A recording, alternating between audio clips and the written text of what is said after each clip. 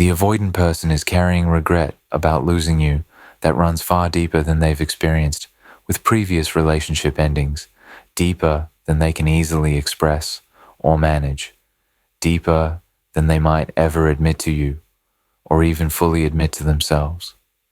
This is not the mild regret or passing nostalgia they might have felt about other connections that ended. This is profound, penetrating regret that touches the core of their being and that colors their entire experience of their life now. The regret is deep because it's not just about losing a relationship or losing a person they enjoyed spending time with. It's about recognizing they lost someone who saw them, who understood them in ways most people never will, who offered them something rare and precious that they took for granted or actively pushed away. The regret is deep because it's layered with multiple recognitions that arrive too late. Recognition of your actual worth and what you uniquely offered, recognition of their own patterns and how those patterns sabotage something genuinely valuable, recognition that the problems in the relationship were primarily their responsibility rather than yours, recognition that they had access to the very thing their heart most wanted and they destroyed it through their own fear and defensive behavior. The avoidant person is experiencing the particular torture of knowing they made a catastrophic mistake, of understanding they had something irreplaceable and they threw it away, of recognizing that the very defenses they thought were protecting them were actually destroying their chance at the intimacy and connection they wanted underneath all their patterns. This regret is deep because it forces them to sit with the reality that they are fundamentally the architect of their own loss, that they cannot blame circumstances or incompatibility or you for what happened, that they pushed away someone who was trying to love them because they were too wounded and defended to receive that love. The regret is deep because it's accompanied by the recognition that this particular loss might be permanent, that you've moved forward in ways that mean they cannot simply reach out and restore what was broken, that they might carry this regret for the rest of their life as a reminder of what they had and what their patterns cost them. The depth of this regret does not necessarily translate into changed behavior or into capacity to do differently if given another chance, but it exists as constant presence in the avoidant person's internal experience, shaping how they think about themselves, about you, about relationships, and about the gap between the life they're living and the life they could have had if they'd been capable of receiving what you offered. The delayed recognition that creates unbearable regret. The avoidant person's regret is particularly deep and particularly unbearable because it's based on delayed recognition, on realizations that came too late to prevent the loss or to repair the damage. This delayed recognition means they're living with the awareness that they had the information they needed in the form of your presence and your love, but their defensive system prevented them from recognizing the value of what they had until it was gone. Understanding the specific recognitions that came too late illuminates both why the regret is so profound and why it's accompanied by such deep self-recrimination. The first delayed recognition is that you were not the problem in the relationship, but were actually the solution they couldn't accept. Throughout the relationship, the avoidant person's defensive framework led them to perceive you as source of discomfort, as the person creating pressure or demanding too much, or making the relationship difficult. They focused on what they experienced as your flaws or your excessive needs, using these perceptions to justify their withdrawal and their emotional unavailability. But now, in your absence, they're recognizing that you weren't the problem. You were offering healthy relationship behaviors, communication, emotional expression, desire for closeness and commitment, willingness to work through difficulties. The problem was their inability to handle these healthy behaviors because of their wounds and their defenses. You were offering exactly what they needed to heal and to experience genuine intimacy, but they perceived the medicine as poison because taking it would have required vulnerability they couldn't tolerate. This recognition that they framed the solution as the problem is creating unbearable regret because it means they actively pushed away what could have helped them. The second delayed recognition is that your investment in the relationship and your patience with their patterns was extraordinary rather than standard or expected.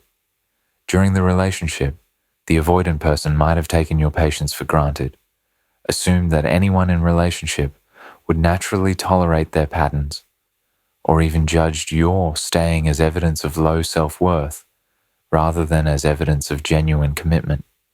But now, particularly if they're attempting to date others or are observing how others respond to their patterns, they're recognizing that your level of patience and understanding was rare. Most people don't tolerate the hot and cold behavior. Most people don't stay when someone is emotionally unavailable. Most people don't give as many chances as you gave. Most people don't try as hard to understand the wounds driving defensive behavior. Recognizing that what you offered was exceptional rather than standard makes the loss more painful, because it means they didn't just lose a relationship, but lost access to someone whose capacity for patience and understanding they're unlikely to find again. The third delayed recognition is that their feelings for you were deeper and more significant than they acknowledged or allowed themselves to feel while you were together. The avoidant person's defensive system suppresses awareness of attachment and caring because these feelings create vulnerability. During the relationship, they might have minimized their feelings, told themselves they didn't care that much, maintained emotional distance from their own experience. But in your absence, with the relationship safely ended and the threat of vulnerability removed, their true feelings are becoming accessible. They're recognizing they cared more than they showed, that you mattered more than they admitted, that losing you hurts in ways that reveal how important you actually were to them. This delayed recognition of their own feelings creates regret because it means they were lying to themselves about what you meant to them, and this lying prevented them from showing up in ways that honored the true depth of their feelings. The fourth delayed recognition is that the relationship's problems were solvable if they had been willing to do the work, and that their unwillingness to work on their patterns was choice rather than unchangeable limitation. During the relationship, the avoidant person might have framed the problems as insurmountable incompatibilities or as evidence that the relationship wasn't meant to work. But now they're recognizing that the problems were primarily about their defensive patterns, and that these patterns are changeable through therapeutic work and conscious effort. They're seeing that if they had been willing to go to therapy, to examine their attachment wounds, to practice staying present when they wanted to flee, to communicate about their internal experience rather than just withdrawing, the relationship could have worked. This recognition that they chose not to do the work, that they prioritized their comfort and their defenses over the relationship's survival, creates deep regret because it means the loss was preventable and was their responsibility. The fifth delayed recognition is that you were the right person for them, possibly the most compatible person they've encountered, and that the timing was not wrong, but was actually their only time with you. Avoidant people often console themselves after endings by believing that the person wasn't right, or that the timing was wrong. But the avoidant person is now recognizing that you were right for them in ways that are rare and significant. Your personalities complemented each other, your values aligned, your way of seeing the world matched theirs in important ways. The connection was genuine and the compatibility was real. And the timing, rather than being wrong, was the specific moment when you were available and interested and willing to build something. This recognition that they lost the right person at the right time, rather than losing someone they weren't compatible with or someone they might reconnect with later, creates profound regret because it means they squandered a rare alignment of circumstances and person. The sixth delayed recognition is that their defensive behaviors hurt you in ways that were unnecessary and cruel, and that you deserved better treatment than what they provided. During the relationship, the avoidant person's defensive framework might have prevented them from fully recognizing or caring about the impact of their behavior on you. They were too focused on managing their own discomfort to fully empathize with yours. But now they're recognizing how much their withdrawal hurt you, how confusing their inconsistency was for you, how much pain their emotional unavailability created.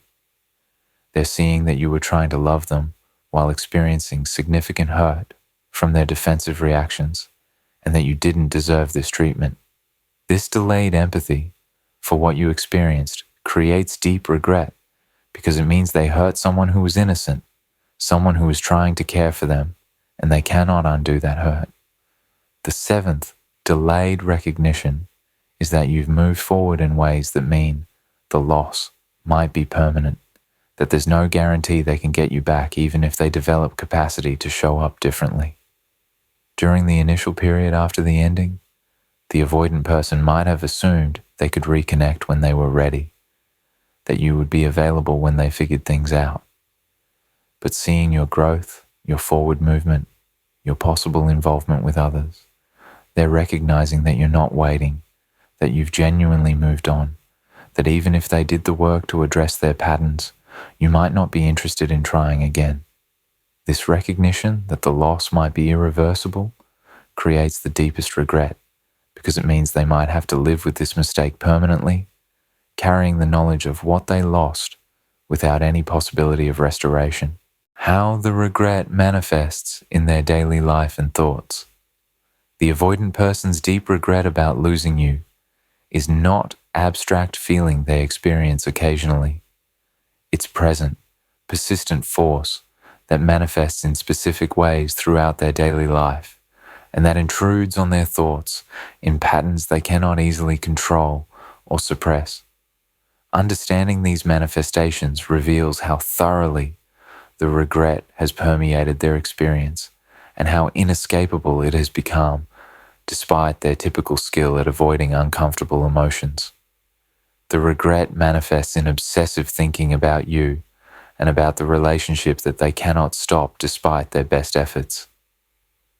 The avoidant person is accustomed to being able to move on from relationships relatively quickly, to emotionally divest, and to redirect their attention to other things. But with you, their mind keeps returning to memories, to moments they shared with you, to conversations they wish they'd had differently, to decisions they wish they could remake. They find themselves replaying the relationship's trajectory, identifying specific points where things could have gone differently if they'd made different choices. They imagine alternative scenarios where they were braver or more vulnerable or less defended.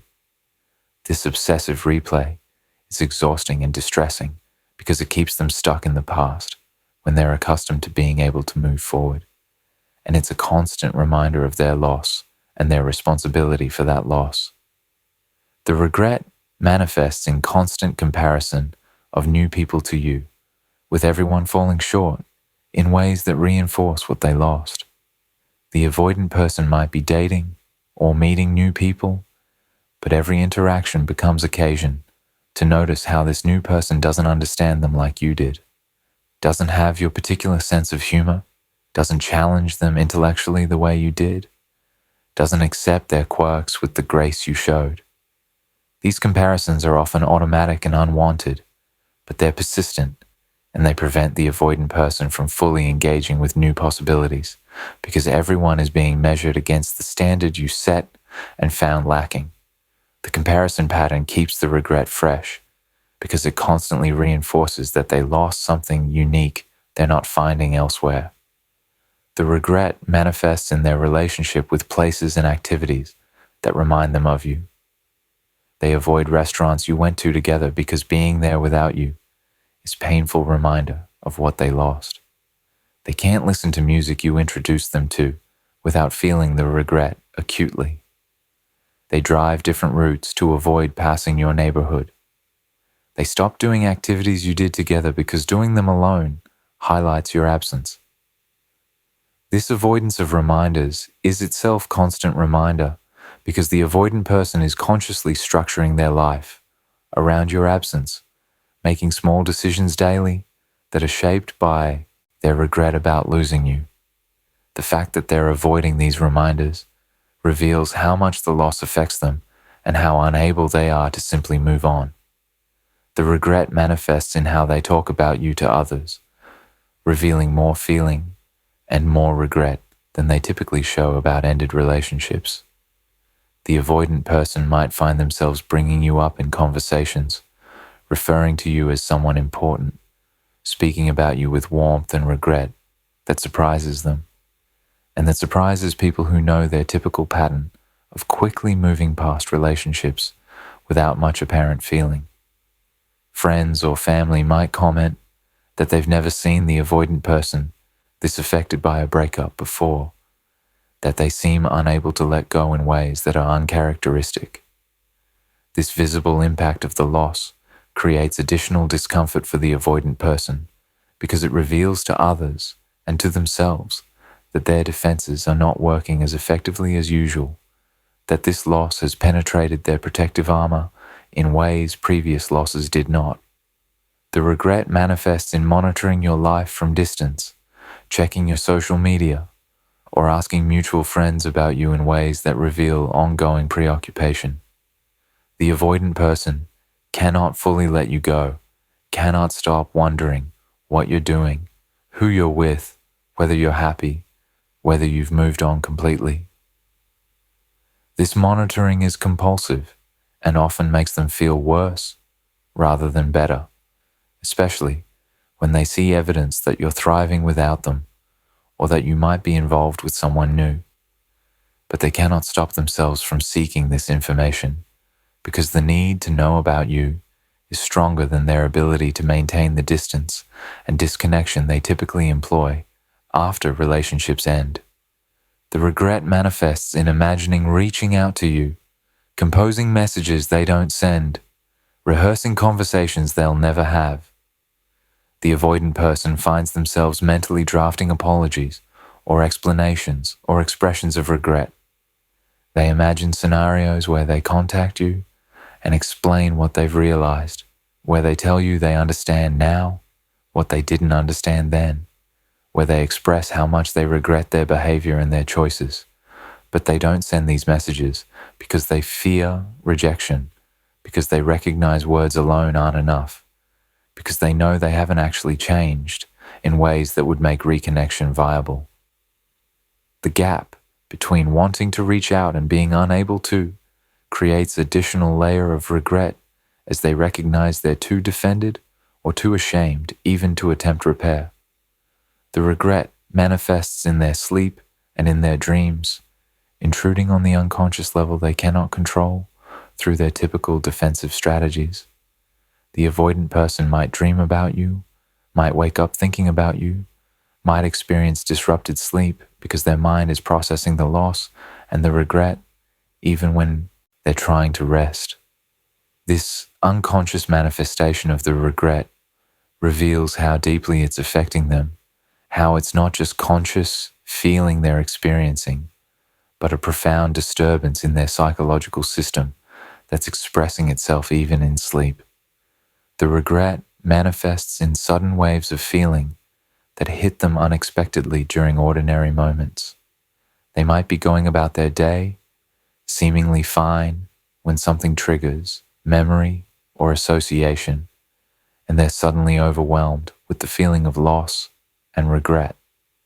These moments are particularly distressing for the avoidant person because they reveal they don't have as much control over their emotional experience as they like to believe, that the regret is powerful enough to break through their defenses unexpectedly, that they cannot simply decide not to feel it and make it go away. The specific losses they're finally allowing themselves to feel. The depth of the avoidant person's regret is connected to their belated recognition of specific losses that your absence has created in their life. During the relationship and immediately after the ending, their defensive system prevented them from fully feeling or acknowledging these losses. But time and your continued absence have eroded these defenses enough that they're finally allowing themselves to feel what they lost. And the accumulation of these specific losses creates the profound regret they're experiencing. The avoidant person is feeling the loss of being truly known and accepted by another person. Throughout their life, they've maintained defended distance that prevented anyone from fully knowing them. But with you, they allowed more access than usual, shared more of themselves, let you see past their carefully constructed image to glimpses of their real self. And instead of rejecting what you saw, you accepted it. You saw their wounds and their fears and their limitations, and you continued caring about them. This experience of being known and still accepted is something they didn't fully appreciate while they had it, but now they're recognizing how rare it is and how unlikely they are to find it again. The loss of being known by you is particularly painful because it means returning to their defended isolation, where no one really sees them, where they're always performing and managing their image and keeping people at distance, where true knowing is impossible. The avoidant person is feeling the loss of the specific companionship and connection you provided. They're recognizing all the small, daily ways you enriched their life that they took for granted, the conversations that challenged them intellectually, the shared humor that no one else quite gets, the comfortable silence that felt peaceful rather than awkward, the way you understood their references and their thinking, the activities you enjoyed together. These specific qualities of your companionship are irreplaceable because they were about the unique match between who you are and who they are, and the avoidant person is discovering that these aren't things you can find with just anyone, that the ease and the compatibility you shared is rare. The avoidant person is feeling the loss of your patience and your willingness to work with their patterns rather than immediately giving up. They're recognizing how much effort you put into understanding them, how many chances you gave them, how hard you tried to make the relationship work despite their defensive behavior. They took this patience for granted, assumed it was standard, or even judged it as weakness.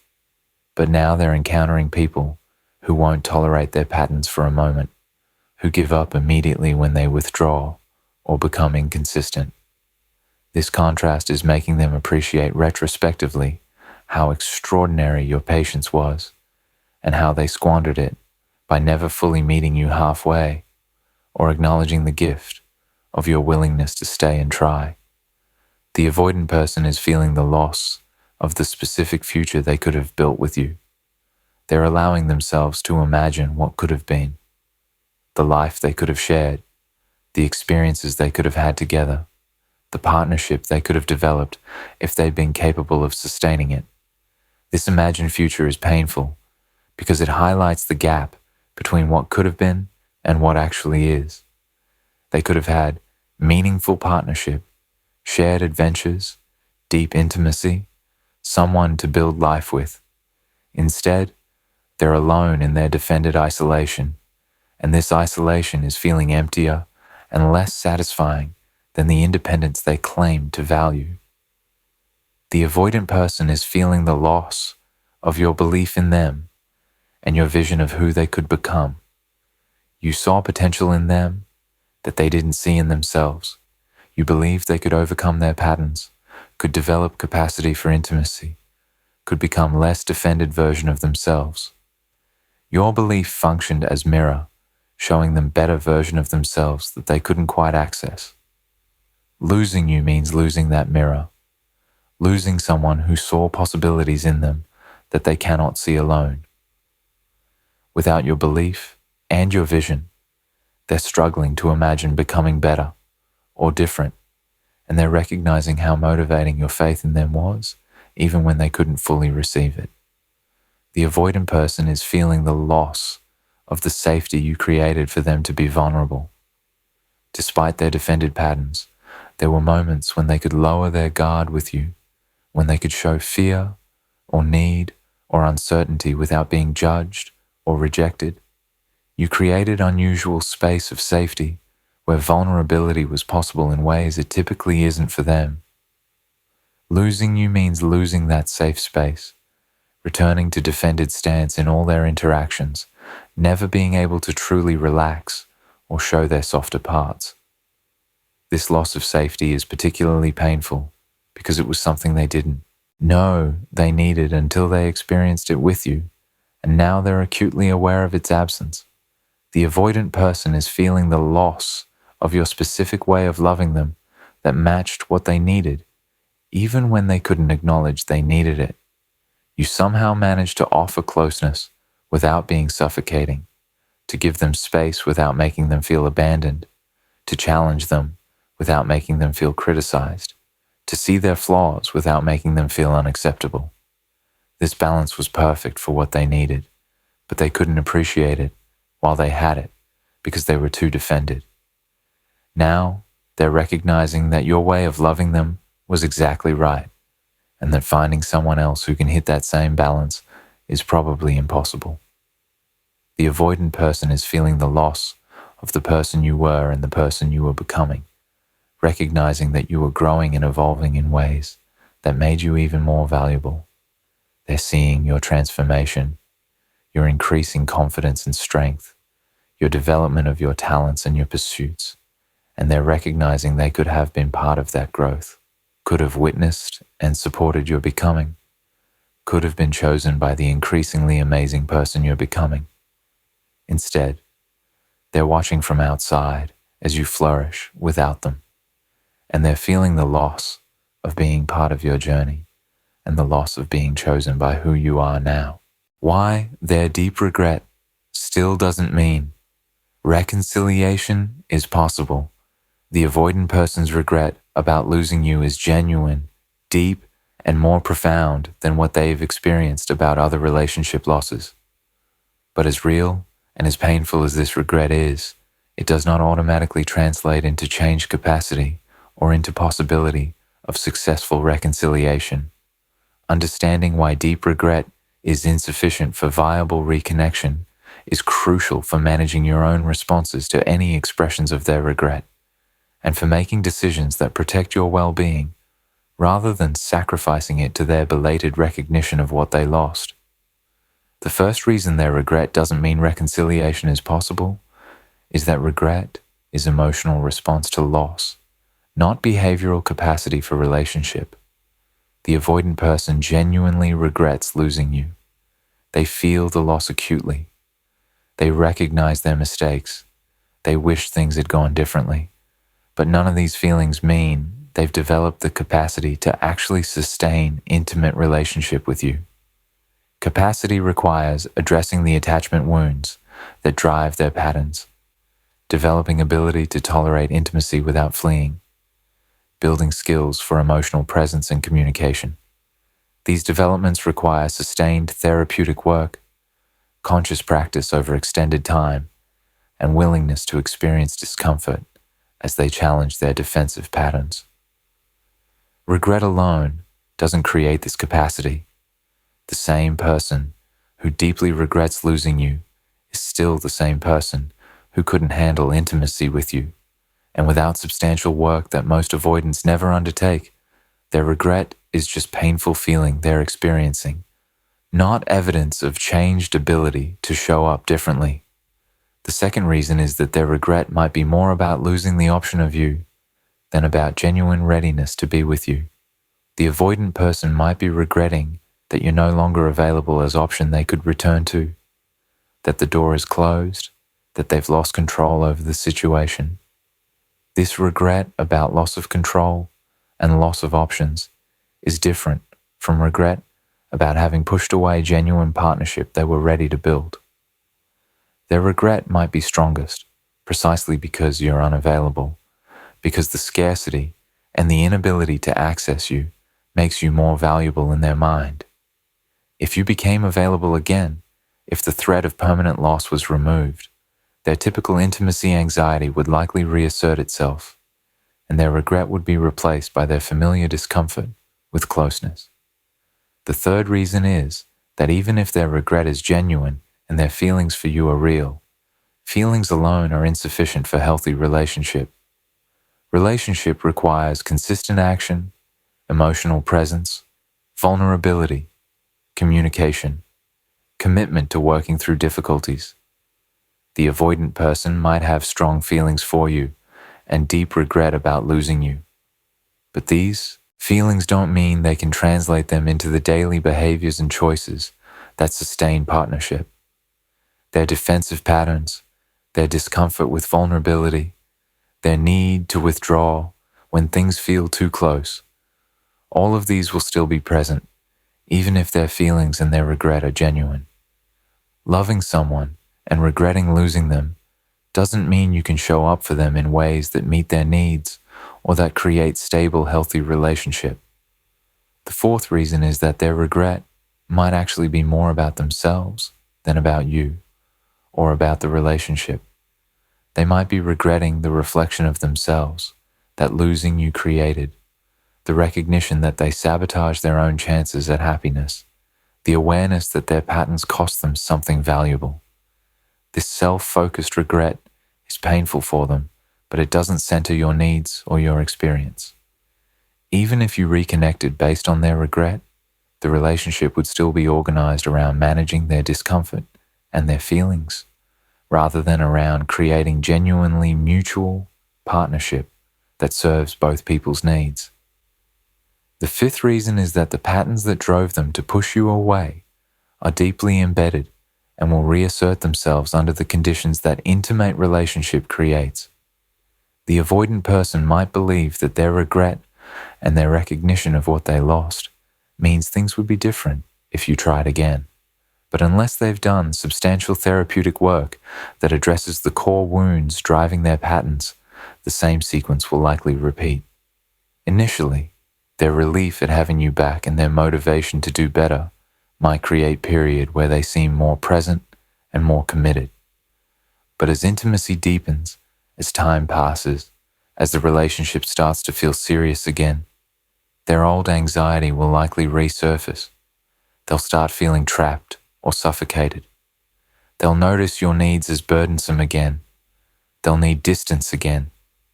The pattern will repeat, because the pattern is their automatic response to intimacy, and wishing it were different or regretting its consequences doesn't change the automatic response.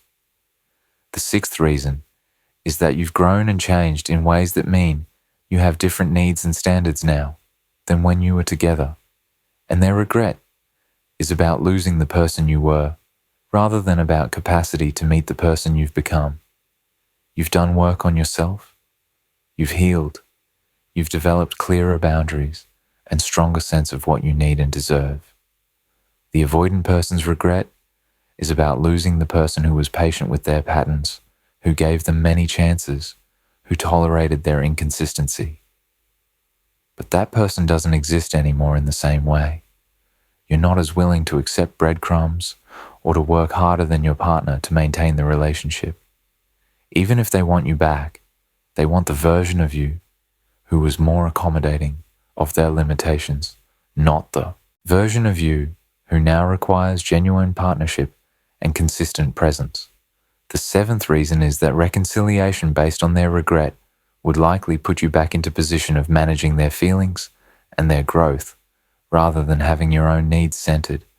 If you returned because they're expressing regret, because they're hurting, because they've recognized what they lost, you'd be returning as caretaker for their emotional experience, rather than as an equal partner whose needs matter as much as theirs. The relationship would still be organized around their capacity and their comfort, rather than around mutual meeting of needs. You'd be back to adapting yourself to their limitations, to being patient with their patterns, to giving more than you receive, all of which is exactly what you've moved beyond through your healing and growth. The eighth reason their regret doesn't mean reconciliation is possible is that trust, once broken through their patterns, is extremely difficult to rebuild, and their regret doesn't automatically restore your trust. You learn through painful experience that they withdraw when things get close, that they can't maintain consistency, that their words and their actions don't always align, that they prioritize their comfort over the relationship's health. Even if they're expressing regret now, you have legitimate reasons not to trust that things would be different. Rebuilding trust would require them to demonstrate changed behavior over extended time, to prove through consistent action that they've developed new capacity. Their regret is words and feelings. Trust requires sustained demonstration of different patterns, and most avoidants cannot provide this demonstration. The deepest reason their regret doesn't mean reconciliation is possible is that you deserve better than being with someone whose capacity to show up for you is still uncertain, or whose growth is still a project to work on. You deserve partnership with someone who already has capacity for intimacy, who can already offer consistency and presence and emotional availability, who doesn't require years of therapeutic work before they can meet basic relationship needs. The avoidant person's regret, however deep and genuine, is theirs to sit with as consequence of their patterns and their choices. It's not yours to resolve by sacrificing your well-being or by returning to situation that already proved unsustainable. Their regret is deep, and that matters in that it reflects genuine recognition of loss and genuine pain. But it doesn't obligate you to give them another chance. It doesn't mean they can show up differently, and it doesn't mean sacrificing your growth and your standards to ease their discomfort is loving choice for yourself. Their regret is theirs to carry. Your life and your forward movement are yours to protect and to build with someone whose capacity matches their feelings and whose actions align with their words from the beginning.